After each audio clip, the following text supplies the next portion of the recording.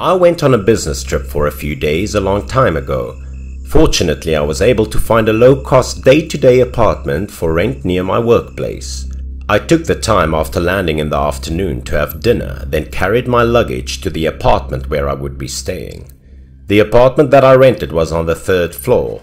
The entire corridor had also very few rooms, and the quiet atmosphere made me quite happy. After finding my apartment, I took the key and was about to enter when I met a student girl walking up from the stairs who lived on the same floor as me. She became more timid as soon as she saw me, making me a little shy. I greeted her politely first, and she also responded. I introduced her that I was staying in this apartment. Suddenly, the girl's attitude changed. She looked at me with serious eyes and she said loudly, "You can't stay here." I just stood there surprised and perplexed, staring at her with my eyes wide open. I tried to ask her why I couldn't be here, but she kept saying, you can't, okay? You can't," instead of explaining anything else. After a few sentences, she hastily said goodbye to me and left, leaving me with a lot of unanswered questions in my head. I also wanted to keep her to stay to ask more questions, but it was late and I needed to rest, so I said nothing and kept doing my stuff. I carried my luggage into the room, couldn't help thinking about what the girl had said. I dashed to the bathroom as soon as I arrived to wash my face and took a shower. I went to my bedroom and sat on the large bed in the center of the room checking my phone. I was sitting on the bed, earphones in my ears, my gaze fixed on the exciting football match on the screen. Because this apartment only had one bedroom, the entire place had descended into a terrifying silence. I was so engrossed in the match that I screamed like a fan watching it live at the football pitch. After watching, I quickly placed my phone on the bed to prepare for food after a long and exhausting day of traveling. I soaked an Everescent tablet in a glass of water before going to bed to boost my resistance and started drinking it. My body began to feel tired after drinking. I immediately placed a glass of water on the dressing table beside the bed and began to recline. But as soon as I was looking down across the mirror, I noticed a dark figure reflecting in the mirror staring at me. I was startled unconsciously and quickly turned around to check, but there was no one behind me. The entire room was just me. I sighed, thinking I was so tired that I became dizzy. I forgot about the strange thing and went to bed, continuing to look at my phone and talk to my family. I started to feel sleepy at midnight, leaving me with no choice but to sleep. But I couldn't sleep that night, tossing and turning.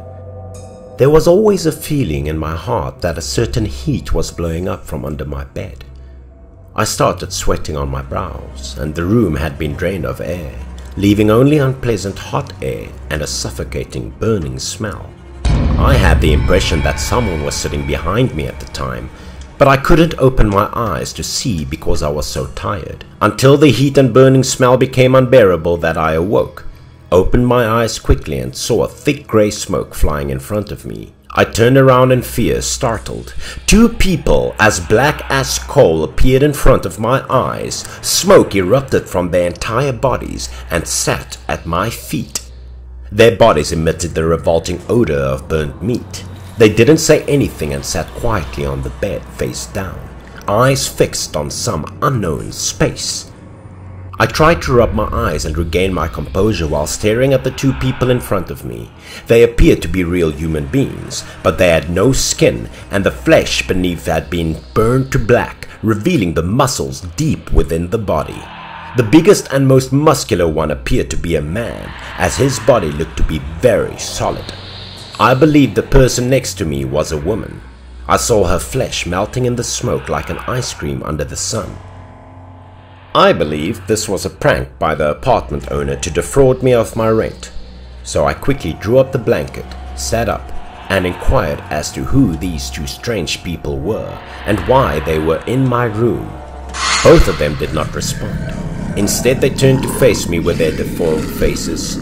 They opened their mouths and moved their lips as if they wanted to say something but couldn't because of the burns on their mouth and tongue muscles. After a while, both of them stood up, their eyes fixed on me. I was so terrified by the scene that I froze. I held my hands tight on the bed, didn't dare to move. The heat and smoke also caused the sweat on the forehead to flow more profusely. After that, both black shadows rushed towards me and pressed against me, leaving me speechless. The two began to howl, expressed a great pain on their faces. The smoke was also becoming thicker, as if it wanted to swallow them both. Both of them kept rushing to me, looking at me with pleading eyes, but their mouths stiffened, unable to speak. When the man rushed over and grabbed my shoulders, then pressed his heart-burning body against mine, then I felt his body pressing against my face like a giant coal, causing me to scream in pain. After a while, the smoke and the hot air began to dissipate, but I felt as if I had entered a completely different world. My mind was racing like a drunk, and my limbs were frozen in place, making me hard to breathe. I found myself in this room in the blink of an eye, but the arrangement had changed, and there was now a couple sleeping on the bed. Outside, the husband neatly parked the motorcycle next to the door and carefully locked it. For no apparent reason, the bottom of the tire burst into flames. The fire engulfed the motorcycle in an instant, incinerating it in just a few minutes. The couple was awakened by the sound of the engine crackling outside and the smell of smoke. They were both startled to sit up when they saw the fire spread throughout the house. The fire burned the entire door and then spread all over 4 corners of the wall, followed the brick floor below to attack the couple's bed and burned the blanket below. Because there was no way out, the couple was trapped inside, preying on the raging fire. The scene appeared to be hell. The young couple writhed in the sea of fire, their bodies shrinking and turning black. The fire eventually turned them both into disfigured skeletons, blackened and stiff as coal. Everything in this room was completely burned down when the rescue team arrived. After the dream ended, I was startled to find myself in the same accident room, confused and unsure of what was going on. My head throbbed with excruciating pain at the same time.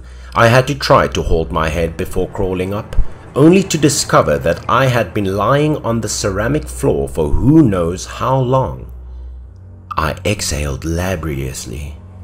Fortunately, what I saw was either the past of the room or a nightmare, and I was still safe and sound.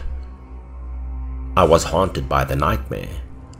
Later, I discovered that this apartment had a fire before, and that the house's owner couple had also died in the fire. The next day, I contacted to give back the room and quickly found myself a new room. The owner was also aware of the reason, so he did not make things difficult for me, and I relocated to another apartment.